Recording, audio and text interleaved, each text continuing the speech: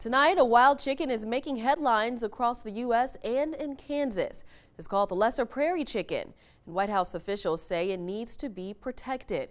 Right now, the U.S. Fish and Wildlife Service has a rule that lists the chicken as a threatened species in part of the state. But some Republican leaders are trying to stop the federal government from stepping in. Fox 43 News Capitol Bureau reporter Rebecca Chung has more. Well, Kobach is planning to sue the Biden administration if U.S. officials don't withdraw a rule that lists the chicken as a threatened species. He says the federal government is putting ranchers and landowners at risk. A rare wild chicken is at the center of a heated debate. People listening to this might think, well, lesser prairie chicken, never heard of it, who cares?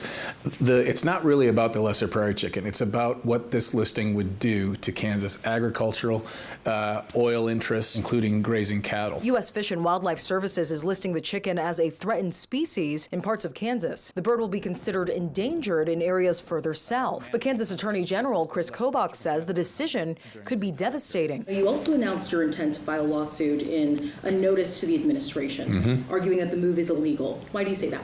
If this listing goes into effect, it will mean that probably no new oil wells will be drilled in Kansas or these other regions, no new wind turbines put up in these areas, and this listing would require all Kansas ranchers, every one of them in the area that's affected, would have to get permission from an agency designated by the federal government in order to graze their cattle where they want to.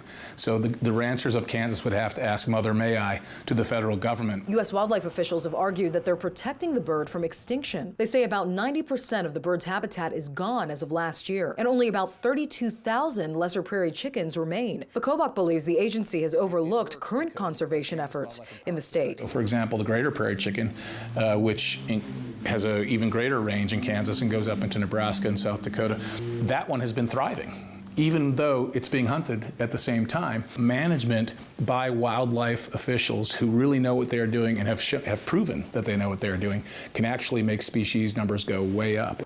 Now, the final rule will take effect March 27th. If it's not withdrawn before then, Kobach says he will sue. For now, reporting at the Capitol, I'm Rebecca Chung.